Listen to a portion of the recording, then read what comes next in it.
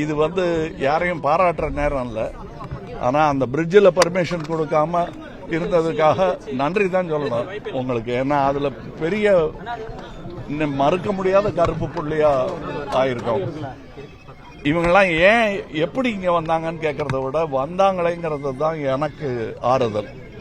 அதனால தயவு செய்து இவங்கெல்லாம் இவங்க நேரத்துக்கு வரலைன்னா இன்னும் 4-5 பேர் போகிறதுக்கான வாய்ப்பு இருந்தது. அதுக்காக நன்றி தான் சொல்லலாம். பாராட்டு விழா நடத்துகிற நேரம் இல்லை, அவர் செய்ய வேண்டிய கடமை தான் அவர் செஞ்சிருக்காரு. செய்யலைன்னு சொல்றதுக்கு இதுக்கு நேரம் இல்லை. இது நடந்து போச்சு. இது கோர்ட் விசாரிச்சுட்டு இருக்காங்க. நான் என்னுடைய வேண்டுகோள் என்னன்னா, மாண்புமிகு முதல்வர் அவர்கள் இதை ரொம்ப ஒரு தரமான பண்புள்ள அரசியல்வாதியை எப்படி அதை நடத்தணுமோ, தலைமை எப்படி இதை செயல்படுத்தணுமோ அதற்கான எல்லா குணாதிசயங்களையும் காட்டியிருக்காங்க. அது எங்களுக்கு பெருமையாகவும் இருக்கு, அதுக்கு நன்றியும் சொல்லணும். Sir, any government will take responsibility sir. ஆனா இது என்ன நடந்ததுங்கிறது இப்ப சட்டத்தில் அவங்க சப்ஜூடிஸ், அது ரொம்ப அதை பத்தி பேசிட்டு இருக்க கூடாது. அதை கமெண்ட்டும் அடிக்க வேண்டாம். ஏன்னா எல்லாரும் கஷ்டப்பட்டு இருக்கோம், எல்லாருக்கும் மன வருத்தம் இருக்கு.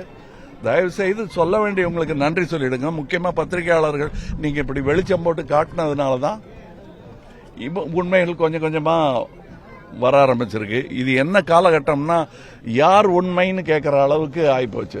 உண்மைங்கிறது ஒரு பொருள் இல்ல, பல பார்வையில பல பொருளா தெரியுங்கிற இந்த காலகட்டத்தில் உண்மையை கண்டுபிடிக்க வேண்டிய நிர்பந்தத்தில் கோர்ட்டும் இருக்கிறது, போலீஸும் இருக்கிறார்கள்.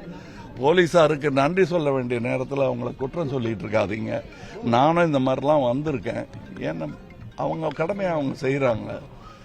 அதனால தயவு செய்து இதுவரையிலும் இந்த உயிர் சேதத்தோட நின்னதுங்கிறதுக்காக நான் சொல்ல வேண்டிய உங்களுக்கு எல்லாம் நன்றி சொல்லிக்கல. தயவு செய்து அவங்க பணியை செய்ய விடுங்கள்.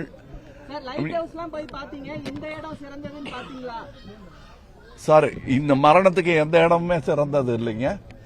இது பெருசா ஆகாம இதோட நிறுத்திக்கிட்டோமேங்கிறது எனக்கு சந்தோஷம். ஏன்னா அந்த இடத்தெல்லாம் பர்மிஷன் கொடுத்திருந்தா நதியில விழுந்திருந்தாங்கன்னா என்ன கதை இன்னைக்கு பாருங்க.